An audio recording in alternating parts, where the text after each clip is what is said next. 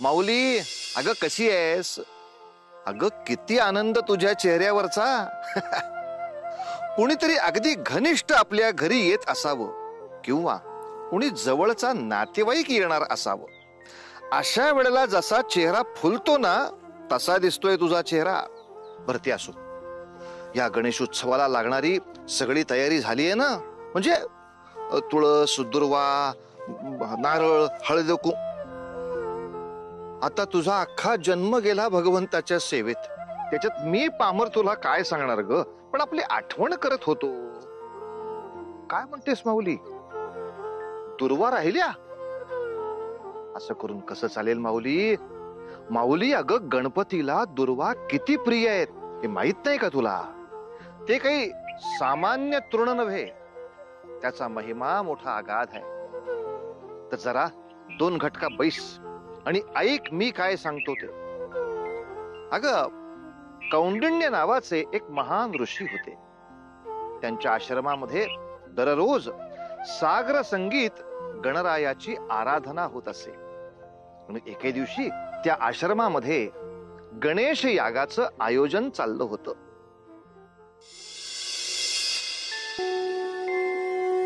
ओम गं गणपतये नमः. ओम गं गणपतये नमः. ओम गं गणपतये नमः. ओम गं गणपतये नमः. ओम गं गणपतये नमः. ओम गं गणपतये नमः. ओम गं गणपतये नमः. ओम गं गणपतये नमः. ओम गं गणपतये नमः. ओम गं गणपतये नमः. ओम गं गणपतये नमः. ओम गं गणपतये नमः. ओम गं गणपतये नमः. प्रणाम गुरुवर्य. शुभम भवतु, शुभम भवतु. आजच्या गणेश यागासाठी आवश्यक ती सर्व तयारी पूर्ण झाली? होय मुनिवर, आपल्या आज्ञेनुसार सर्व काही उपलब्ध आहे.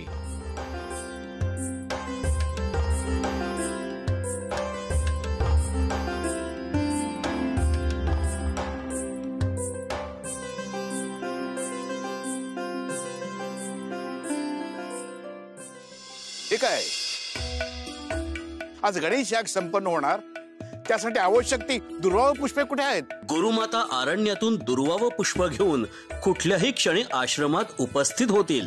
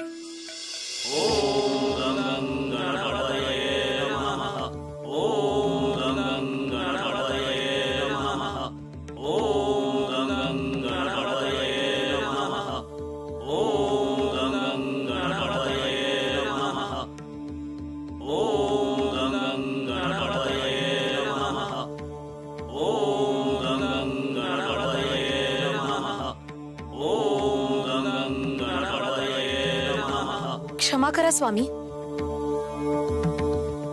आज दुर्वा आणावयास विलंब झाला. चिंता नसावी आश्रया, तू योग्य घटकेला आली आहेस.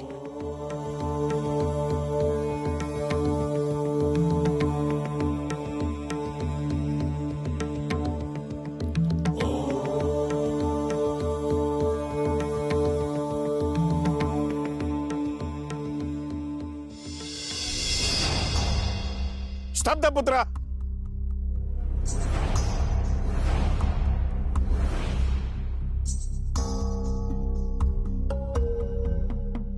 हे काय करतोयस? श्री गणरायांना दुर्वा वाहिल्या जातात हे ज्ञात नाही? रानात आढळणारे कुठलेही साधारण तृण म्हणजे दुर्वा नव्हे. क्षमा करा स्वामी, पण आपण नियमित असेच तृण वाहता. याच ज्ञानात मी हे पूजेसाठी आणले आहे.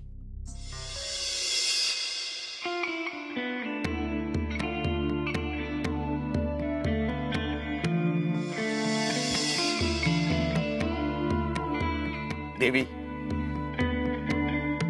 तूच पहा तुझ्या नेत्राने या दोन्ही मधील सूक्ष्म फरक.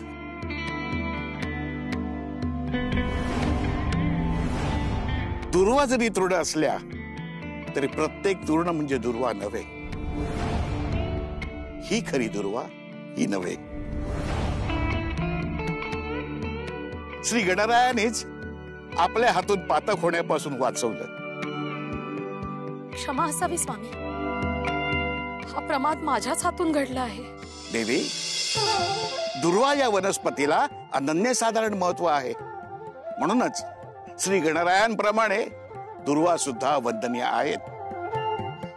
फार वर्षापूर्वी यमलोकी एक आनंद सोहळा साजरा होत होता.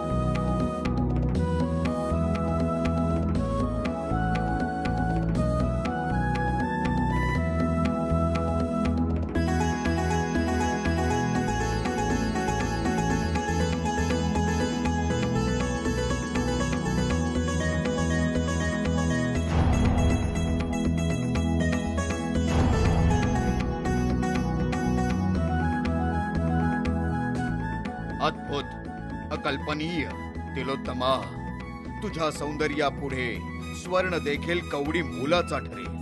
अशी रूपवते आम्ही अजूनपर्यंत पाहिले नाही.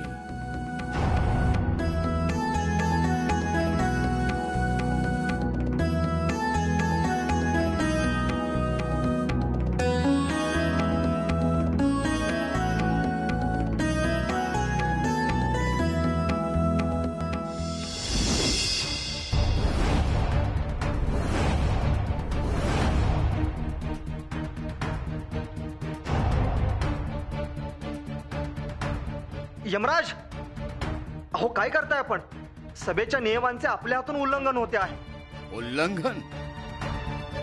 आम्हास तर तसे भासत नाही. आणि देवेंद्र, आपल्या स्वर्गलोकी अप्सरांचे लीला या नृत्याविष्कार होतच असतात. परंतु आज प्रथमच या यमलोकाने इतक्या सुंदर अप्सरेचे नृत्य अनुभवले आहे. आम्ही हिच्या सौंदर्याने घायाळ झालो आहोत. क्षमा असावी यमराज. स्वर्गलोकी आमच्या सौंदर्यास व नृत्यास भेट म्हणून कौतुक व आदर दाखविला जातो. परंतु आपल्यासारखे वासना जडित हात कधीच स्पर्श करत नाही. कदाचित तू हे विसरत आहेस की इथे आम्ही राजे आहोत आणि आम्ही म्हणू तोच अंतिम निर्णय असतो.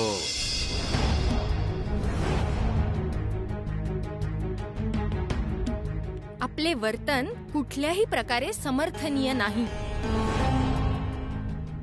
आणि एका स्त्रीचा, तिच्या चारित्र्याचा आपण अपमर्द केला आहात.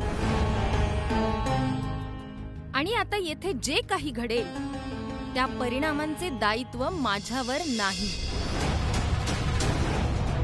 असे एक सामान्य नर्तिका आणि आम्हास उलट बोलत आहे. आता तर आम्हाला पाहायचेच आहे, एक सामान्य नर्तिका या यमराजाला कशाचे भय दाखवू पाहते आहे.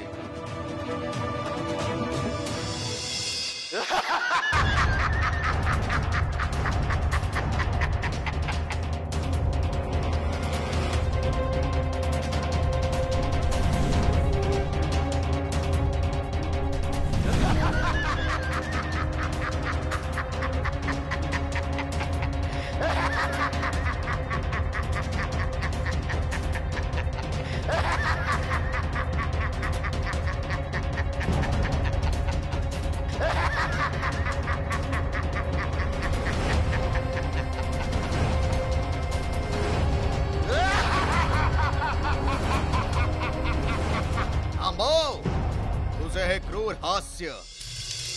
तुला ज्ञात नाही तू कुणा समोर उभा आहेस. हे यमदेवा, मी अन्नलासूर आहे. मी आपणास जाणीव करून देऊ इच्छितो की मी तुमच्या काम विकारातून प्रगट झालो आहे. आता मला कोणीही थांबवू शकत नाही. असेल आमच्याकडून अंतिम सावधानता म्हणून तुम्हाला सांगतोय. आलास त्या मार्गी परत जा, अन्यथा ज्या अग्नीतून तू प्रकट झालास त्यातच तू भस्म होशील.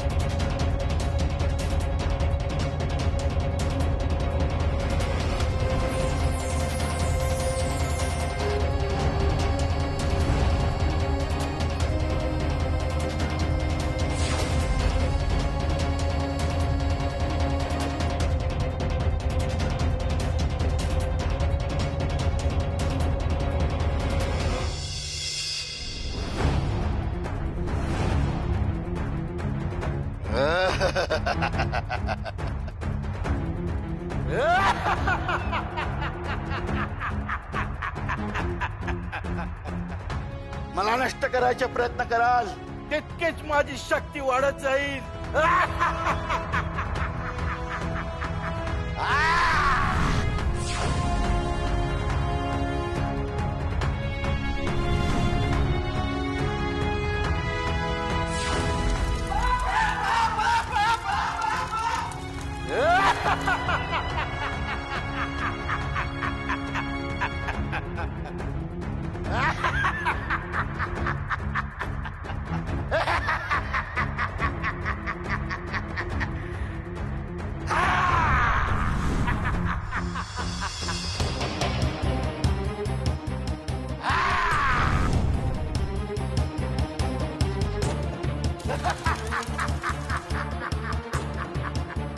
इंद्रदेव, आपणच काहीतरी करा.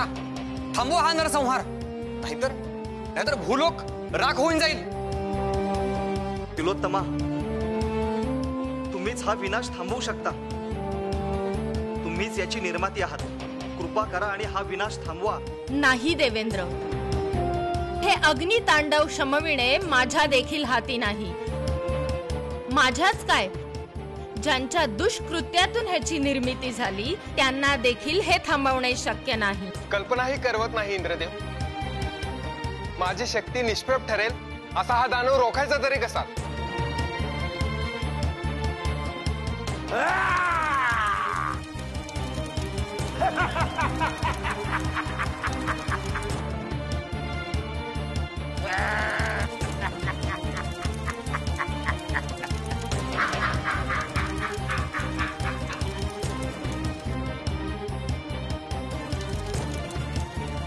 या अलनासुरापासूनचे आपले रक्षण केवळ आणि केवळ आपले पालनहारच करू शकतात. पालनहार पालनहार पालनहार पालनहार पालनहार पालनहार पालनहार पालनहार पालनहार पालनहार पालनहार. प्रणाम श्री विष्णू.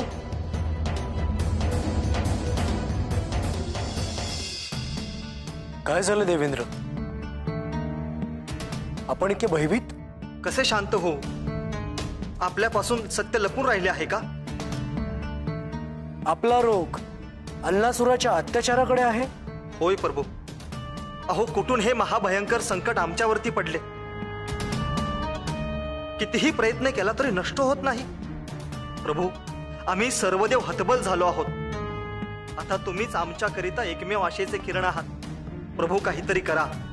त्या अल्लासुराच्या अत्याचारामधून आमची सुटका करा प्रभू.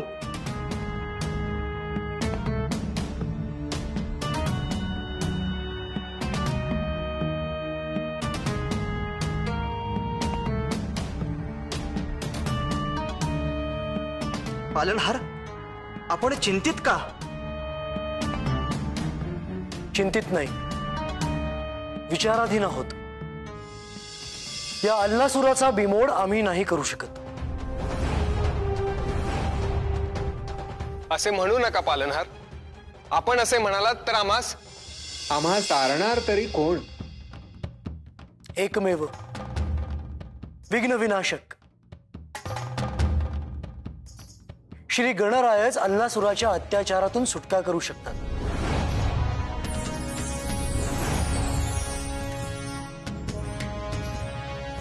त्यांचे स्मरण करा.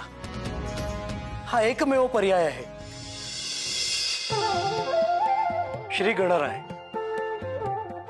साक्षात देवी पार्वती व श्री महादेव यांचा अंश.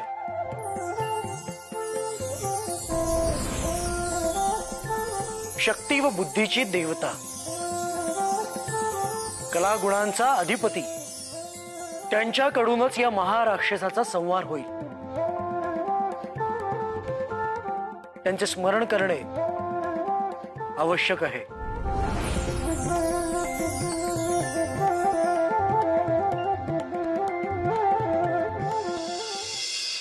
पाहिलंच माऊली, म्हणून आपल्याकडे योग्य वागणुकीला जास्त महत्व आहे.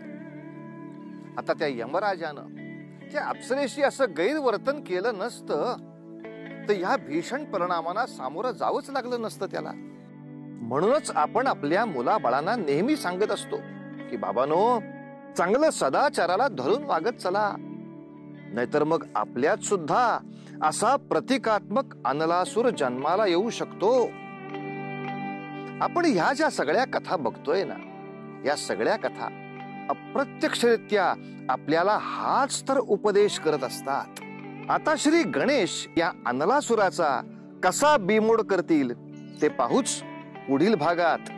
तोवर उतू नका, मातू नका, घेतला वसा टाकू नका.